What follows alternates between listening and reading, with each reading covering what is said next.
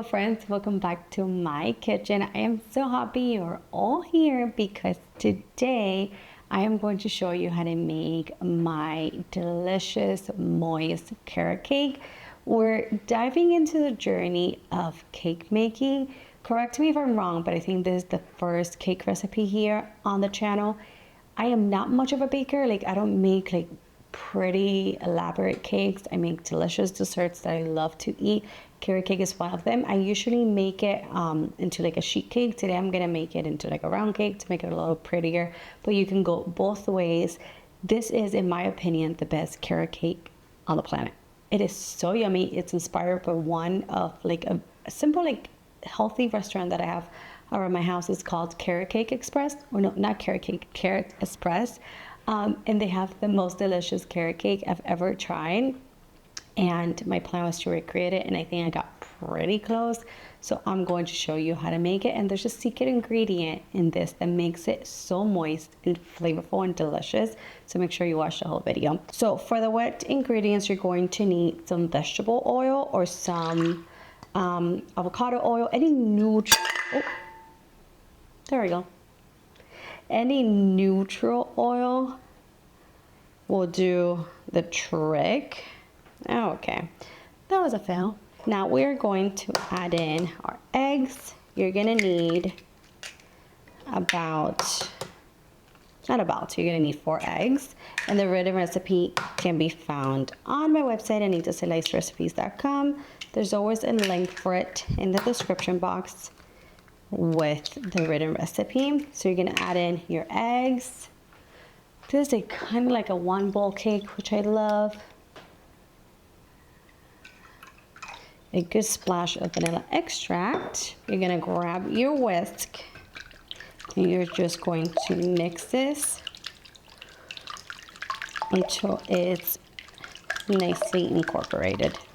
Okay, my eggs are looking good, so now I'm going to add granulated sugar and brown sugar. Gonna break the brown sugar a little bit and just mix it in until nicely incorporated. I don't want to see any lumps, especially of the brown sugar. This is incorporated. Here's what we're gonna do now. My secret ingredient is some grated canned pineapples. If you don't know, pineapples are a tenderizer. So they will make this cake so moist and so tender. Oh, it's just delicious. So add in your pineapples. Make sure you drain them very well because you don't want any of that liquid in your cake because it's going to make it very liquidy and not good. So mix it in. Once you add that in, you're going to add your grated carrots. You can use store-bought grated carrots. I personally like to grate my own just because I find that when you grate your own, you get more of like a tender grate. I don't know if that's the right word, but store-bought grated carrots, they're a little thicker and they're not my favorite. So I just like to grate my own, but store-bought will do. So add in your grated carrots. And now here I have my chopped pecans. You can use, chopped walnuts.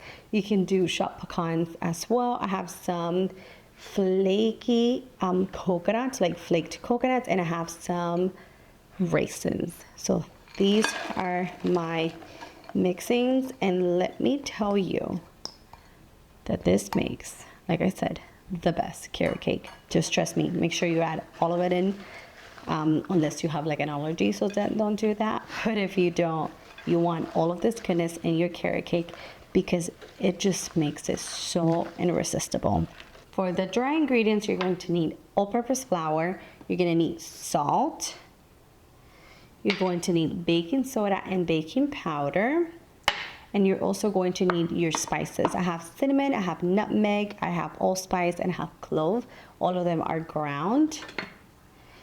And I'm just going to, let me mix this in first because I don't want to make a mess. I don't have a lot of room here in this tiny little bowl. Okay, I just want to mix it in ever so slightly. Okay, let me add my spices to the rest of the dry ingredients and just kind of like mix it in. I just find when I do this, like everything mixes into the wet ingredients a little bit better. Or you can just dump everything right in and it's gonna work. So I switched to a spatula and we are going to incorporate all of the dry ingredients. Okay, this looks great. You don't want to over mix it. Now here I have two 9-inch round pans and I'm gonna add half of the mixture in each, and I have my oven preheated to 350 and these are going to bake for about 30 minutes. So this is a little heavy. Add half of your mixture.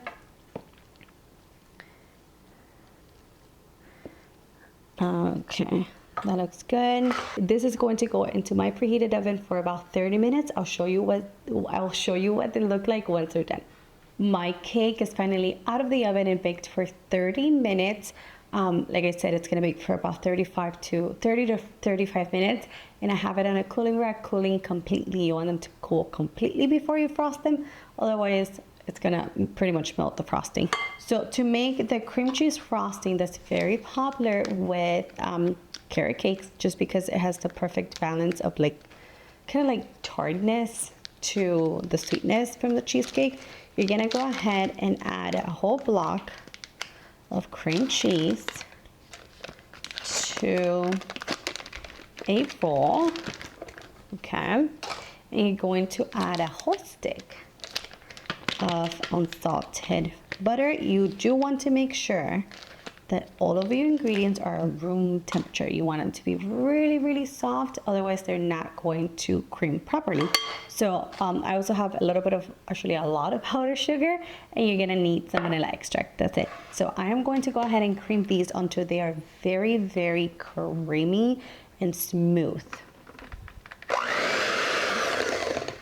Okay, this looks pretty good. It's been about 4 or 5 minutes. You do want to make sure that you cream these both together very well. You want the butter to kind of like turn from like a yellowish color to like a whiter color, you can say. You're gonna see the consistency is gonna change.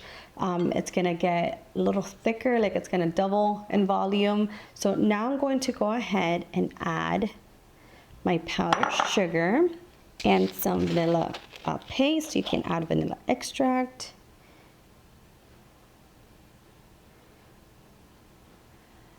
There we go. There's a good drizzle of that. And now if your mix is too thick, you can also go ahead and add a little bit of milk once you mix it in. If you feel like you want it a little bit thinner, you can do that, but let's see how it comes out first. This looks exactly how I wanted. It's no longer yellowish and it's more white. And it's very light and fluffy and beautiful.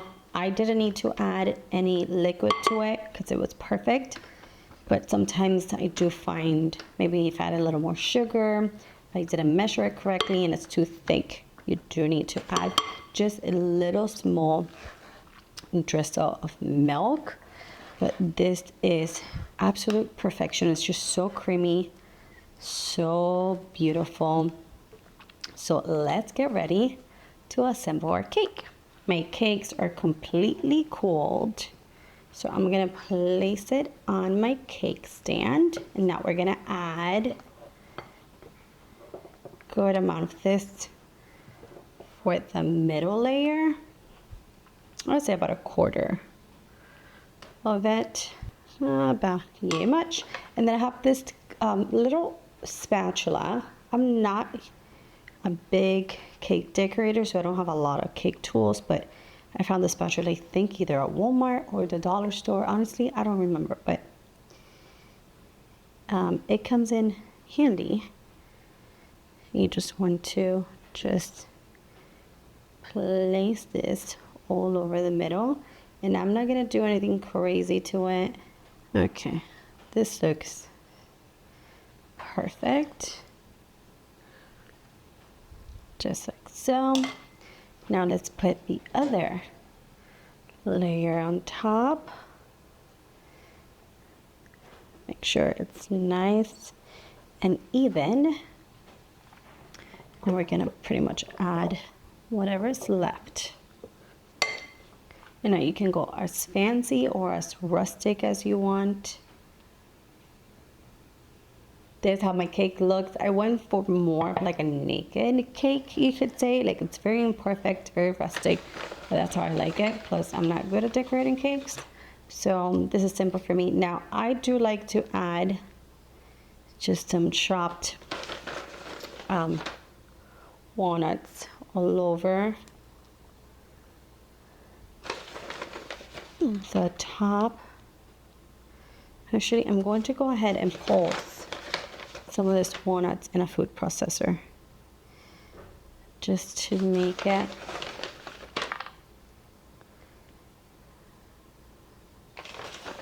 a little finer, and I'm gonna have some nice little crumbs to work with. And this is how our carrot cake came out. Look how beautiful. It's just so simple, so rustic, and so beautiful. So now we of course have to bite into it. It's the moment of truth.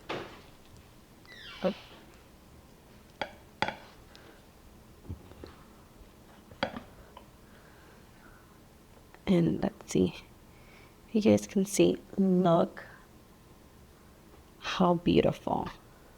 It is the moment of truth.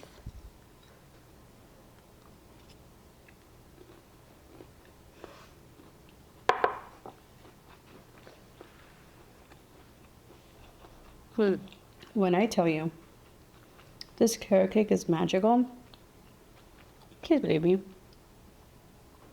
It is the best thing ever.